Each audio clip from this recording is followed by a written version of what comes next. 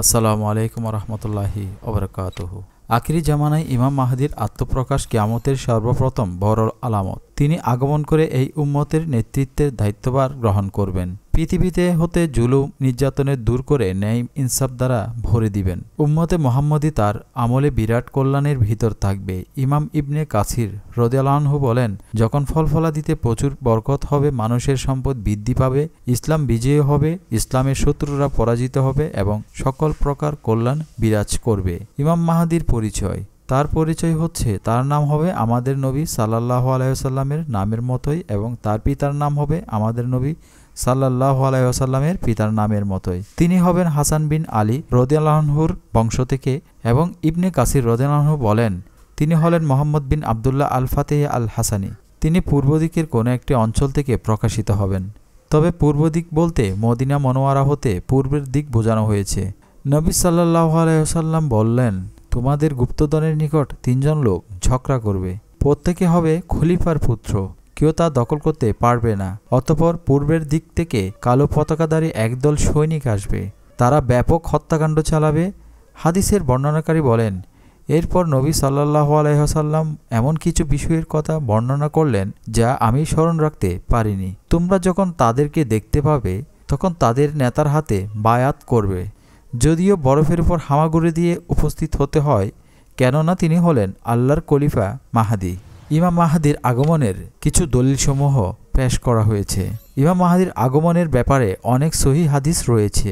কোনো কোনো হাদিসে প্রকাশ্যভাবে তার নাম উল্লেখ আছে, আবার কোনো কোনো হাদিসে তার গুণাগুণ উল্লেখিত হয়েছে। তার আগমন সত্য হওয়ার জন্য এই সমস্ত হাদিসে যথেষ্ট। আবু সাঈদ খুদরি রাদিয়াল্লাহু আনহু নবী সাল্লাল্লাহু আলাইহি সাল্লাম হতে বর্ণনা করেন, আখিরি জামানায় আমার উম্মতের ভিতরে মাহাদির আগমন ঘটবে। তার শাসনকালে আকাশ থেকে প্রচুর বৃষ্টিপাত হবে, জমিন প্রচুর ফসল উৎপন্ন করবে, তিনি মানুষের মাঝে সমানভাবে প্রচুর সম্পদ বিতরণ করবেন, গৃহপালিত পশুর সংখ্যা বৃদ্ধি পাবে এবং উম্মতে মুহাম্মাদের সম্মান বৃদ্ধি পাবে। তিনি 7 বছর কিংবা 8 বছর জীবিত থাকবেন। এবং উম্মে সালমা রাদিয়াল্লাহু আনহু বলেন, আমি রাসূল সাল্লাল্লাহু আলাইহি সাল্লামকে বলতে শুনেছি, মাহাদির আগমন হবে আমার পরিবারের ফাতেমার বংশধর হতে। ইমাম ইবনুল কাইয়ুম আল মানারুল মুনিফ গণ্যে উক্ত হাদিসটি বর্ণনা করেছেন। যে আমিরের ইমামতিতে মুসলমানগণ নামাজ পড়বেন তিনি তার নাম উল্লেখ করেছেন, আর তিনি হলেন মাহাদি। এই হাদিস সম্পর্কে ইবনুল কাইয়ুম বলেন, হাদিসের সনদ খুব ভালো। আয়েশা রাদিয়াল্লাহু আনহা বলেন, একদা রাসূল সাল্লাল্লাহু আলাইহি সাল্লাম ঘুমের ঘোরে এলোমেলো কিছু কাজ করলেন। আয়েশা রাদিয়াল্লাহু আনহা বলেন, জাগ্রত হলে আমরা তাকে বললাম, ঘুমের মধ্যে আপনি আজ এমন কিছু কাজ করেছেন যা অতীতে কখনো করেননি। তিনি বললেন, আমার উম্মতের একদল লোক কাবার পাশে আশ্রয় গ্রহণকারী কুরাইশ বংশের একজন লোকের বিরুদ্ধে যুদ্ধ করার উদ্দেশ্যে রওনা হবে। তারা যখন বাইদা নামক স্থানে পৌঁছবে তখন তাদেরকে নিয়ে জমিন ধসে যাবে। আমরা বললাম, হে আল্লাহর রাসূল, তখন তো রাস্তায় বিভিন্ন ধরনের লোক থাকবে। নবী সাল্লাল্লাহু আলাইহি সাল্লাম বললেন, তাদের ভিতরে এমন লোক থাকবে নিজেদেরকে গোমরা জেনেও বের হবে, কাউকে বল প্রয়োগ করা আনা হবে না, এবং তাদের মধ্যে মুসাফিরও থাকবে। তারা সকলে ধ্বংস হয়ে যাবে, তবে সকলেই আল্লাহ তাআলার নিয়তের উপর পুনরুত্থিত করবেন। তাদেরকে নিয়তের উপর পুনরুত্থিত করার অর্থ তাদের কেউ জান্নাতে আবার কেউ জাহান্নামে প্রবেশ করবে। যারা নিজেদের ভ্রান্ত জেনেও উত্তম ইমামের বিরুদ্ধে যুদ্ধ করতে বের হবে তারা জাহান্নামী হবে, আর যাদেরকে বাধ্য করে আনা হবে তাদের কোনো অপরাধ হবে না। এমনিভাবে প্রতীক ও পার্শ্ববর্তী স্থানের লোকেরাও উক্ত ভূমিধস থেকে রেহাই পাবে না, কিন্তু সকল শ্রেণীর লোক নিজ নিজ আমল নিয়ে পুনরুত্থিত হবে। আবু মুহাম্মদ আল জুলানি। কিছুদিন আগে সিরিয়া শাসন করার জন্য প্রস্তুত হয়েছে আবু মুহাম্মদ আল জুলানি। তিনি আসাদকে সরিয়ে এখন বর্তমানে সিরিয়া নিয়ে অনেক উপরের লেভেলে চলে গেছেন। তাকে এখন যারা চেনে না তারাও এখন চিনতেছে। এখন পুরো বিশ্বের মধ্যে তার নামটি আলোকিতভাবে ঝলঝল করছে, আবু মুহাম্মদ আল জুলানি। আসলে আবু আল মুহাম্মদ জুলানি কে, আসুন সামান্য সংক্ষেপে জেনে আসি। আহমদ হোসেন আল শারআ, জন্ম 1982 সাল, যিনি আবু মুহাম্মদ আল জুলানি নামে অধিক পরিচিত। একজন সিরিয়ান ইসলামপন্থী সশস্ত্র গোষ্ঠীর নেতা, যিনি 2017 সাল থেকে তাহরির আল শাম দ্বিতীয় আমির হিসেবে দায়িত্ব পালন করেছেন।